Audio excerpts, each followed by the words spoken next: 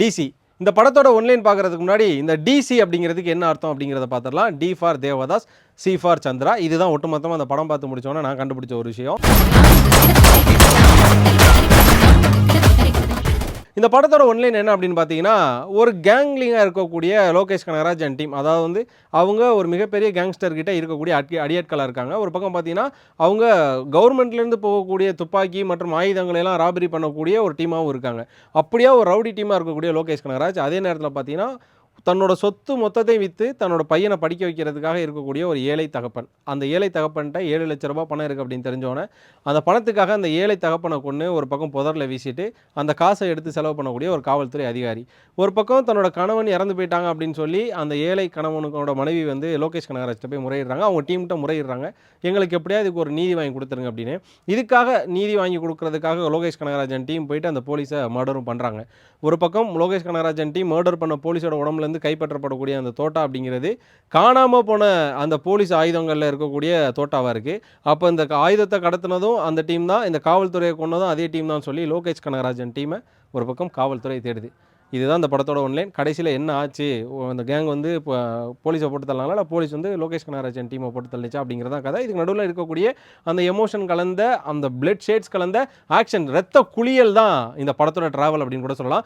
அருண் மாதேஸ்வரன் படம் அப்படின்னாலே சொல்லவே தேவையில்லை. உள்ளே போகும்போதே பார்த்தீங்கன்னா நம்ம ஒரு தார்பாயை ஒரு ரெயின் கோட்டாக போட்டு போனோம். ஏன்னா ரத்தம் பொலிச்சுன்னு மேலே ஊற்றும். அதுலேருந்து நம்ம நனைஞ்சு வெளியில் வரக்கூடிய ஒரு படமாக தான் எப்போயுமே அருண் மாதேஸ்வரன் இருக்கும். அவர் வந்து சொல்லக்கூடிய ஒரு கருத்தையும் ஒரு நல்ல விஷயத்தையுமே வந்து கொஞ்சம் வன்முறையோட சொல்லுவார்.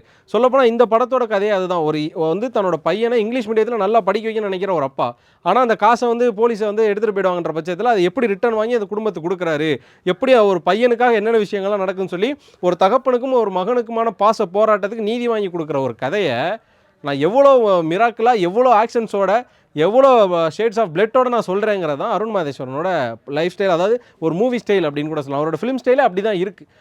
இப்போ நான் சொல்கிறேன், இது வந்து ஒரு நல்ல ஒரு குடும்ப கதை. ஆனால் அந்த குடும்ப கதையை குடும்பத்தோடு உட்காந்து பார்க்க முடியுமா அப்படின்னு கேட்டிங்கன்னா அங்கே தான் சந்தேகமாக இருக்கேன். அப்படின்னு பார்த்தீங்கன்னா இதில் வரக்கூடிய சண்டை காட்சிகள் அந்த மாதிரி, மற்றபடி இரட்டை வார்த்தை அசங்கள்லாம் எந்த இடங்களில் இருக்குன்னு கேட்டிங்கன்னா அதிக அளவில் கிடையாது. டபுள் மீனிங் டைலாக்ஸ்லாம் இந்த படத்தில் கைவிட்டே நீரலாம். 3-4 இடத்துல தான் இருக்குது அப்படிங்கிற மாதிரி இருக்கும். அதர்வைஸ் டபுள் மீனிங் டைலாக்ஸ் இல்லை, ஆனால் கெட்ட வார்த்தைகள் அங்கங்கே இடம் பெற்றிருக்கு. அது இந்த படத்துக்கு கொஞ்சம் அந்த சீனில் தேவைப்படக்கூடிய ஒன்றா இருக்குது. ஏன்னா அந்த கெட்ட வார்த்தையை வச்சு ஒரு டைலாக் வரும், அந்த டைலாக்கு ரிப்பீட் கவுண்டர் கொடுக்குறதுக்கு அந்த வார்த்தை தேவைப்படுது. அது இந்த படத்தோட ரைட் அப்பில் இருக்குது.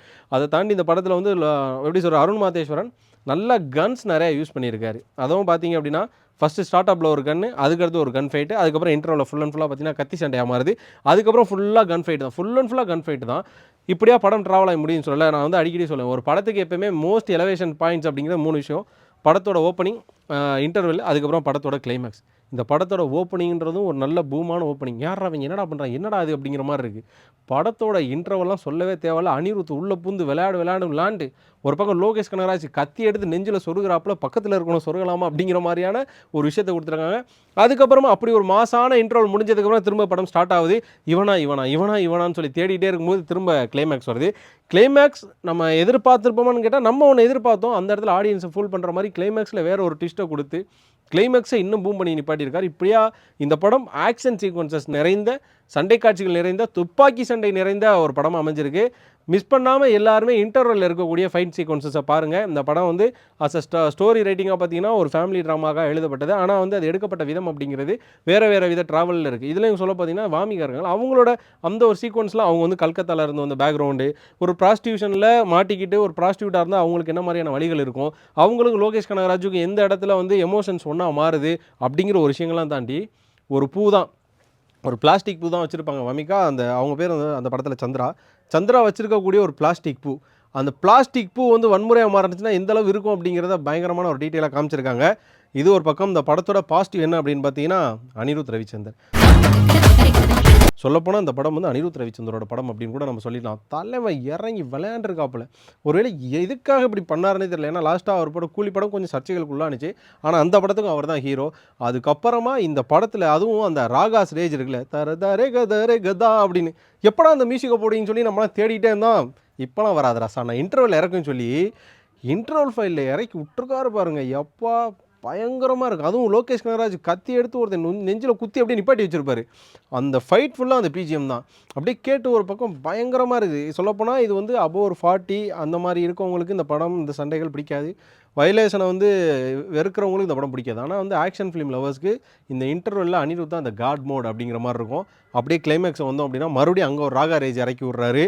எங்கெல்லாம் தொங்குனாயிலும் அங்கே ராகா ரேஜை போட்டு மறுபடியும் தூக்கி விட்டு படம் இதாண்டா அப்படின்னு நிப்பாட்டுறா. சொல்லப்போனால் the OG hero of the film, அதாவது டிசியோட ஓஜி ஹீரோ யார் அப்படின்னு பார்த்தீங்கன்னா அனிருத் தான். அதர்வைஸ் இந்த படத்தில் லாஜிக் மிஸ்டேக்ஸ் நிறைய இருக்குது. ஏன்னா காவல்துறைக்கும் ஒரு சாமானிய ரவுடிக்கு நடக்கிற பிரச்சனையில் எப்படி வந்து ஒரு கேங் வந்து கிட்டத்தட்ட ஒரு 200 போலீஸ் கொல்ல முடியும் அப்படிலாம் கேட்டிங்கன்னா அது முடியாது தான். இன்றைக்கி இருக்கக்கூடிய காலத்தில் சிசிடிவி இருக்குது, சர்வேலன்ஸ் இருக்குது, எவ்வளோ பேர் எப்படியோ ட்ராக் பண்ணி பிடிச்சிடலாம். அந்த மாதிரி பார்க்கும்போது லூப்ஸ் நிறையா இருக்குது. இது சினிமாவாக கருத்தான்னு பார்த்தீங்கன்னா அதில் நிறைய விஷயங்கள் லூப்ஸ் இருக்குது. ஆனால் என்டர்டெயினாக நல்லா வந்து ஒரு படத்தை ஒரு 2.25 மணி நேரம் ட்ரீட் பண்ணி எடுத்துகிட்டு போகிறதால இந்த படம் வந்து நல்லா வந்திருக்குன்னு சொல்லலாம். இதெல்லாம் தாண்டி தப்பு தாளங்கள் அப்படின்னு சொல்லி ஒரு படம் ஒன்று இருக்கும் நம்ம சூப்பர் ஸ்டார் ரஜினிகாந்த் அவர்களோட நடிப்பில். அவர் பார்த்தீங்க அப்படின்னா ஒரு ரவுடியாகவே இருப்பார். திடீர்னு ஒரு நேரத்தில் போலீஸ்காரங்க துரத்தும் போது அவர் வந்து ஒரு ப்ராஸ்டியூட்டுக்குள்ளே போயிடுவார். அங்கே தான் பார்த்தீங்கன்னா அந்த படத்தோட ஹீரோயின் வந்து ப்ராஸ்டியூட்டாக இருப்பாங்க. அங்கே வந்து அந்த நேரத்தில் கடங்காரன் வந்து அந்த ஹீரோயினை திட்டினதுனால இந்த காசை வச்சு இந்த கடனை கொடு, இனிமேல் யார்ட்டையும் கடன் வாங்கன்னு சொல்லி அங்கே ப்ராஸ்டியூட்டாக இருக்கக்கூடிய ஹீரோயின் மேலே நம்ம தலைவர் காதல் வந்துடும். காதல் வந்து ஒரு கட்டத்தில் எல்லாம் திருந்துறப்ப போலீஸ் வந்து அவர் அரெஸ்ட் பண்ணிட்டு போயிடும். அரெஸ்ட் பண்ணிட்டு போகிறப்ப பார்த்தீங்கன்னா அவர் காதலிச்சு அந்த ப்ராஸ்டியூட் வந்து கடைசி வரை மாறாமல் அப்போயே அந்த விபச்சாரத்துறையில் ஈடுபட்டிருப்பாங்க.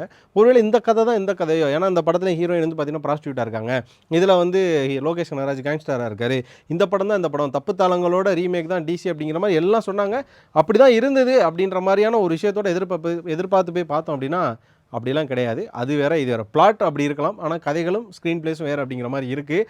தப்பு தாளங்கள் கொஞ்சம் ஷேடாக இருக்குது, இந்த படத்தோட ஷேடாக கொஞ்சம் இருக்குது. அதர்வைஸ் அருண் மாதேஸ்வரனோட சாணி காகிதம், அதுக்கப்புறமா ராக்கி, இந்த படங்களை காட்டிலும் ரத்தமும் வன்முறையும் கொஞ்சம் கம்மியாக இருக்குது. அவர் வந்து எப்போயுமே பார்த்தீங்கன்னா கத்தியில் சதைகம், சுடும்போது கண் தனியாக பிச்சுக்கிட்டு போகிறது, காது தனியாக அந்த தொங்குறது மாதிரியான சீக்வன்ஸ் வைப்பார். அப்படியாப்பட்ட சீக்வன்ஸ் நிறையா இல்லை. இது மட்டும் இல்லாமல் கழுத்து இருக்கிற சீன்லாம் ரொம்ப ப்ரூட்டலாக வைப்பார். அப்படியாப்பட்ட சீனும் இல்லை. கழுத்துலேருந்து ரத்தம் பீச்சுற மாதிரி ஒரு 3 ஷாட் வச்சிருக்காரு. அதர்வைஸ் இந்த படம் வந்து அருண் மாதேஸ்வரனோட வயலன்ஸ் கம்மியான ஒரு படமாக நான் பார்க்குறேன். உங்களுக்கு டிசி எப்படியாப்பட்ட எக்ஸ்பீரியன்ஸ் கொடுத்தது அப்படின்றத கண்டிப்பாக கமெண்ட்டில் சொல்லுங்கள். இந்த படத்தில் அனிருத் தான் ஓஜி ஹீரோ அப்படிங்கிறது நீங்கள் ஃபீல் பண்ணால் அதையும் கண்டிப்பாக கமெண்ட்டில் சொல்லுங்கள். இந்த வீடியோ பிடிச்சிருந்தா லைக் பண்ணுங்கள், ஷேர் பண்ணுங்கள். மறக்காம மாலை முரசு வைப்பை சப்ஸ்கிரைப் பண்ணிவிட்டு பக்கத்தில் இருக்க பெல் ஐக்கனை கிளிக் பண்ணிக்கோங்க.